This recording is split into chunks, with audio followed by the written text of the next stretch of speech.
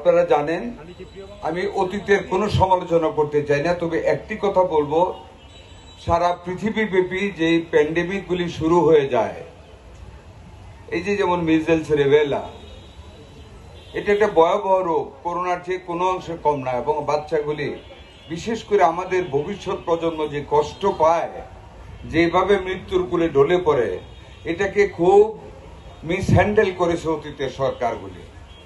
এটা কন্টিনিউয়াস একটা প্রসেস দিয়ে যাওয়াই উচিত ছিল সব সময়, কিন্তু 2020 ডিসেম্বরের পর থেকে বিগত সরকারগুলি এই টিকাদানটা কন্টিনিউ করে নাই, যেই কারণে একেবারে বজ্রপাতের মতন আমাদের উপরে সে রাতারাতি কিছুদিনের ভিতরে অনেক বেড়ে গিয়েছে।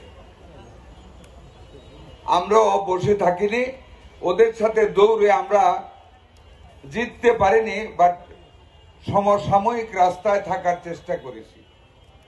যেমন আপনাদেরকে বলি, প্রথম যখন রিবেলার এই মিজেলস আমাদেরকে আক্রমণ করলো, সেটা মহাখালী সংক্রামক ব্যাধি হাসপাতাল। হঠাৎ করে 3 সপ্তাহ আগে শুনলাম একটা রোগী মারা গিয়েছে। রাতের তখন 1টা বাজে, আমি গেলাম, আমার ডিজি প্রভাত সাহেব গেলেন, জাহিদ সাহেব গেলেন, আমাদের সচিব সেই দিনই না পরের দিন আমাদের সচিব সাহেবও গেলেন। রাত্রে গেলাম, রুগীটা কেন মারা গেল পাইলাম, আইসিইউর অভাবে মারা গেল।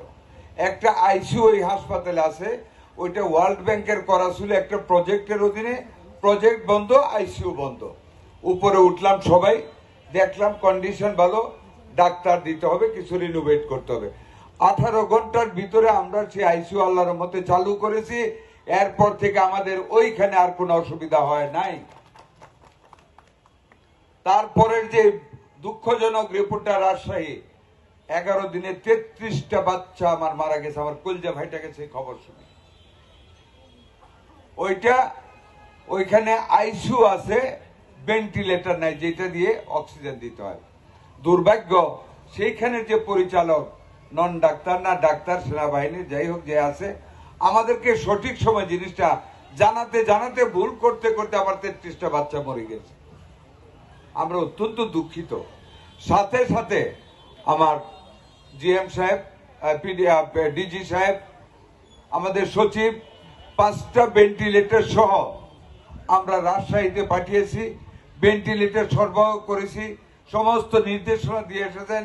আলহামদুলিল্লাহ এখন ভালো চলতেছে। এরপরে আমাদের আর প্যানিক ভাবে আর কোনো মৃত্যুর ঘটনা ঘটেনি। আমরা বেসরকারিভাবে, সরকারিভাবে ভেন্টিলেটর মানে যেটা দিয়ে বাচ্চাকে ওই মিজেলস থেকে নিউমোনিয়া হয়ে যায়, লাং কনজেস্টেড হয়ে যায়, লাঙে বাতাস ঢুকানি কঠিন হয়, অক্সিজেন টানতে পারে না, সেই কারণে ভেন্টিলেটর নামক মেশিনটার দরকার হয়।